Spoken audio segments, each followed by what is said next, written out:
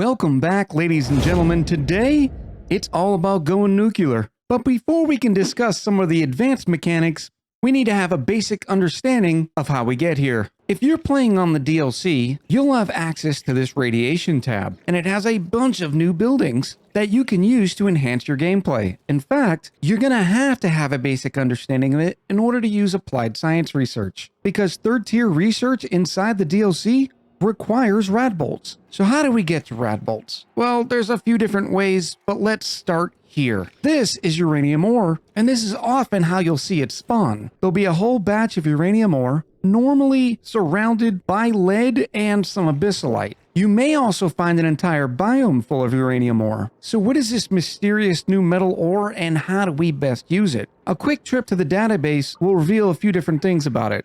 First, that it turns into a liquid at 132°C, but also it'll show you all the buildings that will consume it. And these are very important ratios that we're going to get into in a little bit. It's also important to note that the uranium ore itself produces radiation, and this is dependent on the size of the tile. Here we have the 100 kilos. Here we have 10,000 kilos. Notice that 10,000 kilos is producing a lot more radiation. In fact, it's producing 829 Rads per cycle. Let's get into that now. One of the most fundamental buildings inside radiation is the Radbolt generator. It takes any type of radiation and turns it into the all-powerful Radbolt. We'll take one of these Radbolt generators and stick it down here. Now, what the Radbolt generator does is it collects radiation via these little honeycombs here. It then spits out that radiation in the form of these Radbolts in one of 8 different directions. It's also important to note that you can actually have it shoot these Radbolts at a set amount. For instance, this is set on 50 Radbolts. So when it converts 50 Radbolts from the surrounding radiation, it'll shoot it in one of these directions. Likewise, we can go all the way up to 500. Something very pertinent, and this is sort of the limitation you're going to discover when you first start needing to get radiation, is that they require 480 watts to maintain. And why do I say maintain? Well, right now I have the Radbolt generator connected to power, and you can see that it is generating Radbolts. In fact, it's a very specific amount of Radbolts it's collecting, and that number is typically around 10%. Of the 829 Rads per cycle it's collecting, it's turning those into 82 Radbolts per cycle. And as long as it stays powered, it'll continue to store and create these Radbolts. If we turn off the power though, notice that the Radbolts quickly decay, reactivate the power, and Radbolts start forming again. So now we know what Radbolts are. Question is, who cares and why? To start off with,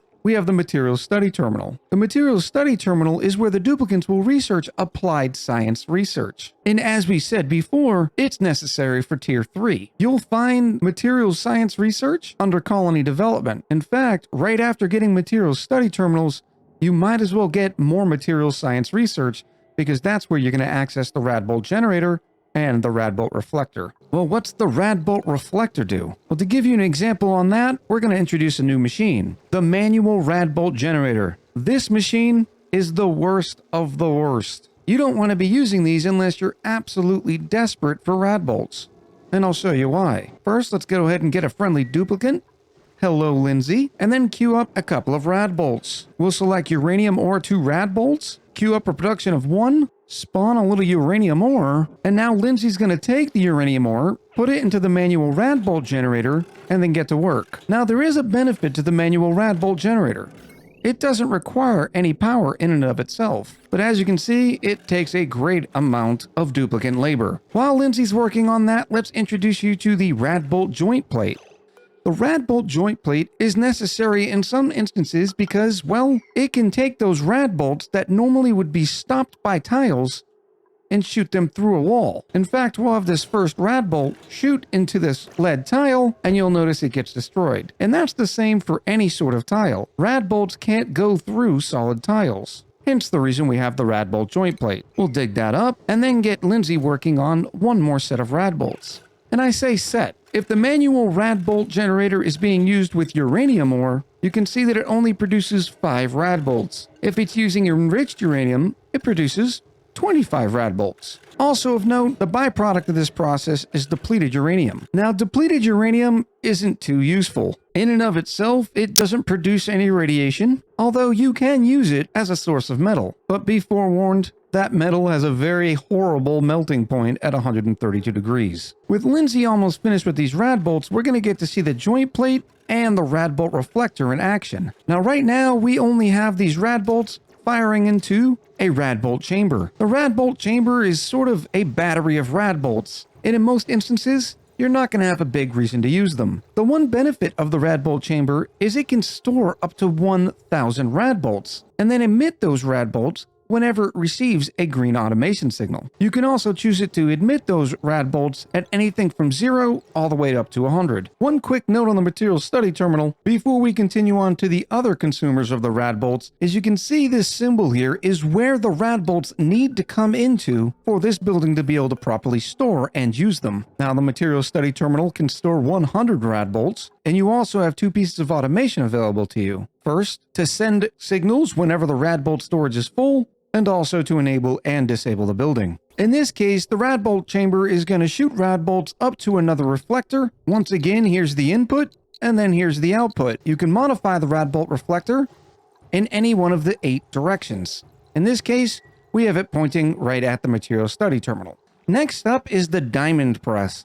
The diamond press can take 100 kilos of refined carbon combined with 1,000 Radbolts and turn it into 100 kilos of diamond. Very powerful, but very rad intensive. It'll also require 240 watts. We also have the interplanetary launcher that once again takes Radbolts and any payload that you put into it, and you can shoot those payloads to any other planetoid on the star map. Now, the launcher itself has plenty of inputs, whether that be liquid, gas, or even solid materials coming in via rail. You can set the launcher to fire when it has reached a certain amount of mass, and the amount of Radbolts that it takes to fire will be dependent on where you're firing it. For instance, if we select this relatively close by planetoid, you can see that it only takes 30 Radbolts. If we select a very distant planetoid, you can see that it takes 100 Radbolts. Both of these last two buildings we've introduced have the same automation as the material study terminal. Finally, for the coup de grace, Radbolt engine. The Radbolt engine takes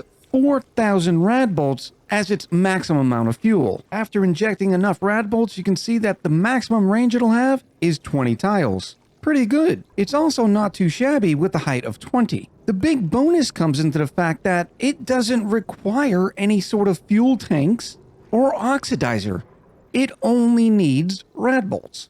So yes, while your petroleum engine might have greater height, it's limited by the fact that it does need liquid fuel tanks and oxidizer tanks. An important note about Radbolts, they degrade over distance. For instance, Abe here is about to fire a couple Radbolts out, 25 to be exact. Just 2 tiles away, they're at 24.7. We'll let that Radbolt travel a little bit further, and now you can see the Radbolts are only at 23.2. Some of you might be noticing that this is much different from when the DLC first launched, because they used to degrade at a much more significant rate. But if we keep letting that Radbolt go, it'll continuously degrade into nothing. So we've learned that we can generate Radbolts using the manual Radbolt generator. And if we take my word for it, this is not where you want to be because of the ratio of uranium or enriched uranium to Radbolts. Let's look at several other methods, starting with a radiation lamp. Now, the radiation lamp requires 16.67 grams per second and 60 watts of power.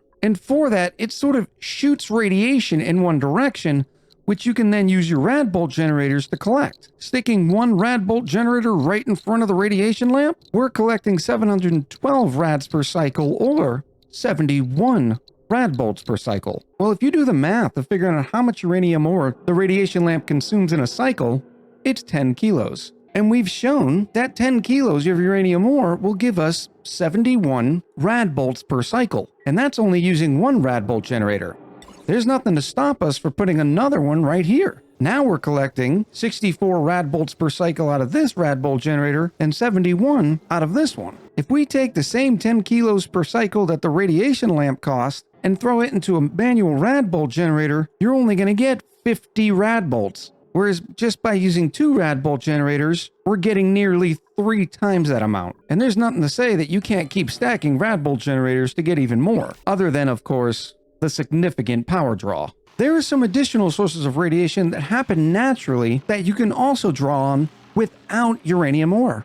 The first one being wheezeworts. Wheezeworts produce a significant amount of radiation. In fact, let's pretend we found one naturally planted. Well, if we try to observe where the maximum amount of radiation is, we can see it's probably this bottom rightmost tile. We put a Radbolt generator there and connect it with some power. You can see we're generating 38 rads per cycle just using one simple wheezewort that was found in the wild. Nothing stops us from even stacking these. Anytime that you have radiation that's naturally emitting in the environment, you can put a Radbolt generator right next to it and start collecting Radbolts. In fact, shine bugs also emit radiation. You put a couple of them in a room, and you have enough radiation to be able to collect Radbolts off of.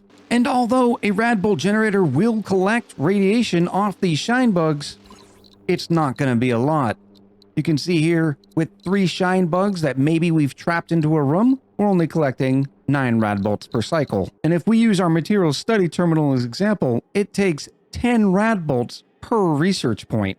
So getting one low-level Tier 3 tech, for instance Radbolt containment, it would take 200 Radbolts to complete this one piece of research. So this is probably not your best use case. So what can we do to increase the amount of radiation being supplied? Because if you've noticed, radiation sort of stacks on itself. While one tile away from this shine bug, it results in only 67 rads per cycle. If we go in between these 2 shine bugs, you can see that 95 rads per cycle. So what happens when you put, say, 13 shine bugs into a space that they can't leave? Well, now we're producing 51 Radbolts per cycle. And as you can imagine, this will stack pretty significantly. The way you would do this in your own colony is set up a shipping system that takes a bunch of shine nymphs from a shine nymph farm and dumps all their eggs into one space. But even better is stacking these wheezeworts. Just 4 wheezeworts in this configuration is giving us 90 Radbolts per cycle out of this generator, 95, 96 out of this one, and a massive amount of 116 Radbolts per cycle out of the one that's centermost to the wheezeworts. You're going to come into some problems though, and I think this is a good time to mention them. Duplicants don't like radiation. In fact, your duplicants have an absorbed rad dose meter, and when it gets too high, they'll get radiation sickness. Poor Frankie here can't escape the radiation being provided by all the wheezeworts. As such, they've started getting minor radiation sickness, and you can tell they don't look quite right. Minor radiation sickness causes minus 25% stamina per cycle and requires a little bit more time in the bathroom. Fortunately, there's a couple of things you can do. First, you can give them some basic rad pills. Now, what the basic rad pill will give you, after creating one using 1 kilo's worth of coal here at the apothecary, is it will allow them to absorb 100 rads per cycle. And as you can see, after Frankie took a basic rad pill, they're losing 100 rads per cycle. Additionally, using the bathroom will also use about 100 rads. They started at 114, and now they're down to 14. So naturally, by the duplicants using the bathroom, and by having a basic rad pill, you can get rid of 200 rads per cycle. So what happens if you don't stay under that radiation threshold? Well, then they start getting major radiation sickness, which comes with a -4 to athletics, minus 50% to stamina, and the same increased bathroom time. Not to mention, they'll start throwing up everywhere. But when they do, they lose 20 rads. Big bonus there, huh? So what else can we do to help the duplicants out from getting their radiation sickness? Any foods with the aquatic diet tag have a natural radiation resistance of plus 20%. This includes surf and turf, cooked seafood, pacu fillets, frost burgers, and even plain old lettuce. Some dupes even naturally have radiation within them. If a duplicant has the glow stick trait, they're naturally going to produce radiation around them. So for these duplicants, it's absolutely imperative that they have some basic rad pills, or they will eventually get sick and potentially make other dupes around them sick. There are other sources of radiation that may not be as natural as, say, shine bugs and wheezeworts. Some of your colonies will start with what's called wrecked satellites. These wrecked satellites are a great source of free radiation. Just put a couple of Radbolt generators right next to them, and then let the radiation flow. This Radbolt generator being this close to the wrecked satellite would produce 137 Radbolts per cycle. Not shabby for free 99. This looks awfully dangerous to get close to. Surely a basic rad pill is not going to protect us from working in and around a wrecked satellite. And you'd be right. Fortunately, the DLC also came with the new lead suits. A lead suit naturally gives the duplicant a plus 66% radiation resistance, although it is pertinent to know that they do get a minus 8 to athletics. It's also important to know that although you can make the lead suit docks and the lead suit checkpoint out of just about any refined metal, you are going to need access to lead and glass in order to make the lead suits themselves. Now to repair them, it just takes a little bit more glass. Duplicants aren't the only things in Ani that can absorb radiation. Your plants can too. You can see here I've got an experiment running. The mealwood, when it absorbs enough radiation, will start producing mutated seeds. Using a botanical analyzer, you can analyze these new seeds and find some exciting new subspecies. Those seeds can then be replanted, provided a minimum amount of radiation to have some very exciting effects, such as a bristle blossom producing meal lice, or greatly increasing the rate at which the plant grows. I wanted to touch on that just because it is an important element of radiation, but getting into all the different seeds is out of the scope of this specific tutorial. Earlier when we talked about the manual Radbolt generator, you see that I mentioned uranium ore and enriched uranium. Well, even the manual Radbolt generator makes it clear that enriched uranium is better than standard uranium. That's where we introduce our uranium centrifuge. It just takes uranium ore and produces enriched uranium. Unfortunately, look at the conversion rate. It's only a 20% conversion rate. Put 10 kilos of uranium ore in, and you're only getting 2 kilos of enriched uranium out. That's where our beta hives come into play. Now, the beta hives are an interesting new critter. Every beta hive produces a bee tiny. When the bee tiny looks around and doesn't see any other beta hives in the same room, it'll create a new beta hive. So for instance, if we open this whole area up, put it behind some doors, and then open them, you'll notice the bee tinies are going to come over here, and if possible, they'll lay a new beta hive. Now, I don't think they'll do it inside of abyssalite naturally. Let's go ahead and put something more like igneous rock. And after a little while, the bee tiny comes over and plants another beta hive. The beta hive will then keep producing more bee tinies. And if there is no location for a beta hive to go, the bee tiny will grow up and become a beta. Now, the betas themselves only live for 5 cycles. But what they do in that 5 cycles is amazing. They will seek out any patches of uranium ore and drop it off inside the beta hive. The beta hive will then naturally turn it into enriched uranium. That's right, from uranium ore to enriched uranium. And to show you how powerful this is, remember the uranium centrifuge that had a 20% conversion rate? It's actually even less than that, because here we have 100 kilos worth of uranium ore. But when we dig that up, just like any other tile, we're only given half that amount. So we went from 100 kilos of uranium ore to 50 kilos of uranium ore, and we'll end up with only 10 kilos of enriched uranium. So going from 100 kilos of uranium ore to 10 kilos of enriched uranium is actually only a 10% conversion rate. How well do the magical betas do? Well, they go from 10 kilos worth of uranium ore to 9 kilos of enriched uranium. That is a 90% conversion rate, and one that is absolutely impossible to ignore. Now, once again, we could have created an entire tutorial based on just betas, so we're not going to go too much into them. But a couple of other important notes: they like it cold. Their livable range is only from -100 to -0.1. Anything out of that, they'll start to die. Additionally, the beta hives themselves do not produce radiation unless they're about to convert uranium into enriched uranium, and then they'll sort of flash quite a bit of radiation. But regardless, even the uranium ore that's going to be somewhat close to these are going to be radiated too. So when you start working in those biomes, make sure you have some lead suits. Because the bee tinies can only lay a beta hive in certain conditions, it makes sense to put a bunch of doors in this configuration. That way, the bees can get in, bee tinies can get in to make a beta hive, and it doesn't interfere with any closely located beta hive. That way, you can maximize your conversion of uranium ore to enriched uranium. Speaking of which, that enriched uranium is going to sit inside the beta hive. So what does it take to get out of it? Well, you got to enable auto harvest. But once you do, a duplicate will come down. Stand by for the most ridiculously adorable animation that you may have seen, and they'll start scooping out the enriched uranium with an ice cream scoop.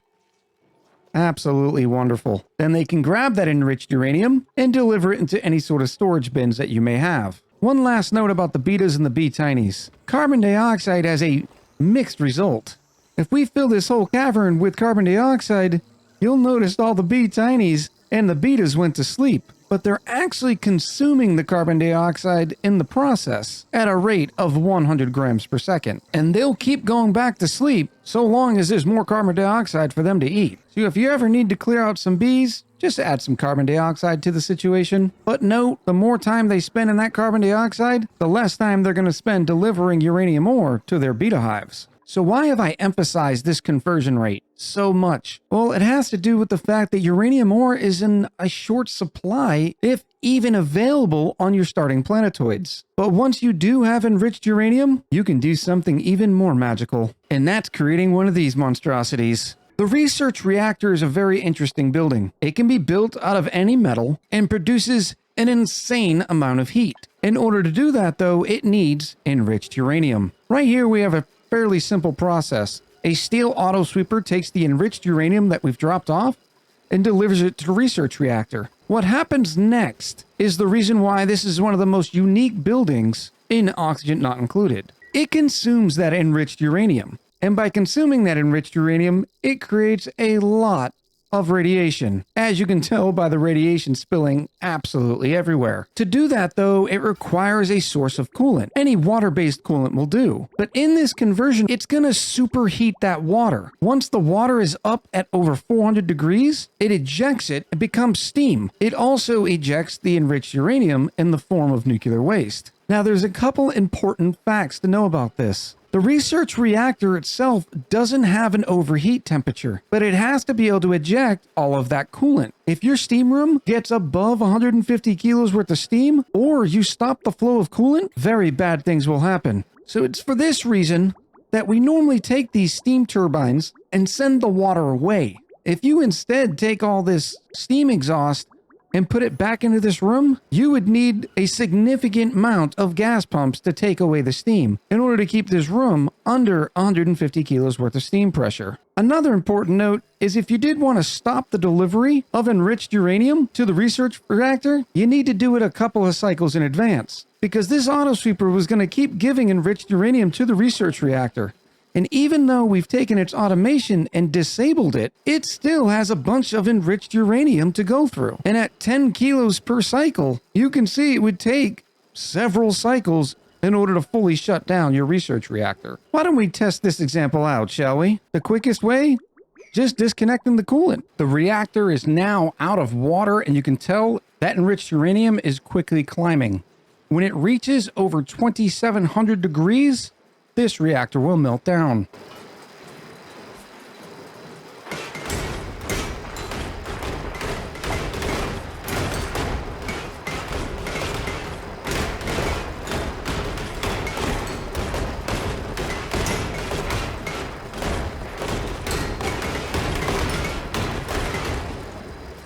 When the reactor does melt down, it does shoot all these nuggets of corium everywhere. And although the properties of corium are pretty interesting, there isn't much use for it. But I'm sure, like most of the stuff in this tutorial, it hasn't been 100% perfected yet by the community. There are many ways to do things. So to recap some of the important things about the research reactor, it has to have a steady flow of coolant, and it has to be able to eject the steam. And it will not be able to eject it in a room beyond 150 kilos. In this case, we have the vent pipes just ejecting out, and I've been experimenting here and there, trying to figure out some different solutions. So why would you go through this whole process of making a research reactor? First, because the steam power that it can generate is massive. Right now, we're only running 6 steam turbines, and these 6 are able to get rid of enough water to where the steam room doesn't overpressurize, and it also keeps it under the 275 degrees for the steel auto sweeper and for the steel liquid pump that's pumping all that nuclear waste out. So what can you do with all this nuclear waste? Well, there's a couple of things. Nuclear waste itself turns into a solid at 26.9 degrees and turns into a gas at 526. Additionally, its specific heat capacity is not too bad at 7.4 and it has a thermal conductivity of 6. Well, what a lot of people do is they end up setting up one of these little situations here. I'm personally not a huge fan of this, but you can see the amount of radiation coming off of this pool of infinitely contained nuclear waste is significant, and it is a little difficult to see, so this is a good enough segue for my next topic. All the radiation is just blasting right through these tiles. In fact, all solids, liquids, and gases have an element of radiation blocking. For instance, oxygen has a radiation blocking effect of 2%, steam 3%, sandstone insulated tiles 56%. Up in the space area, I've set up a couple examples to illustrate this, which, by the way, space is also a source of radiation that you can tap into. But at 125 to 150 rads per cycle, that's only going to give you, say, 12 to 15 Radbolts per cycle. That juice might not be worth the squeeze. But the reason why I'm showing you this is to show you the different levels of radiation blocking being supplied by all these materials. The two I want to highlight the most are plastic and lead. The first one I want to highlight is plastic. Plastic itself has a 68% radiation blocking. Before the tile, rads were at 125. After the tile, they're only at 40. Other tiles, to include metal tiles and regular tiles, also have some decent radiation blocking. But what's also significant is a lead metal tile. A lead metal tile is just as good as the plastic at 68%. The difference being is that plastic tile is going to melt at 159 degrees, whereas this lead metal tile is not going to melt till 327. This one here, well, that's 10 tons of lead. And I only did this to show you that the more mass in the tile, the better its radiation blocking effect. Additionally, you can stack them. For instance, here's a plastic tile and a little bead of brine. And together, they get the radiation from 125 all the way down to 30. Most people are just going to stack multiple tiles. And to highlight this, I wanted to show you the decrease per plastic tile that we add to it. By the way, 5 plastic tiles gives you 100% radiation blocking. Here's 1, 2, 3, 4.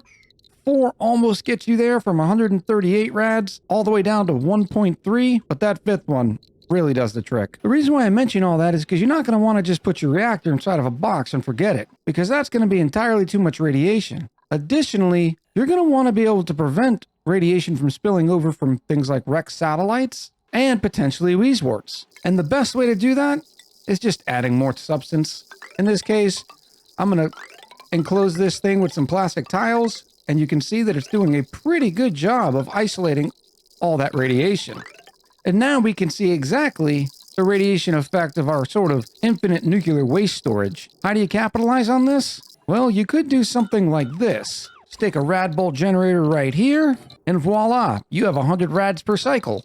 And it's only going to grow with the more nuclear waste that is added to this infinite storage. As a reminder, before you drink the exploit Kool-Aid and start doing this nuclear waste is very hot at 305 degrees. You're going to want a liquid that can share that space and not potentially flash. In this case, we've used petroleum. The reason why we're doing this tutorial today is because in our regular Let's Play, we're trying to make the decision of how to introduce Radbolts because we want to be able to use some interplanetary launchers. And while I'm not convinced I have enough uranium ore on that planetoid to do a proper interplanetary launcher system, doing this tutorial also helped me play around with a few different designs. For instance, who would have ever thought that you could make a research reactor out of copper and not even worry about the steam at all? And I know what you're thinking. Echo, you only are able to do this because of debug mode. Not really.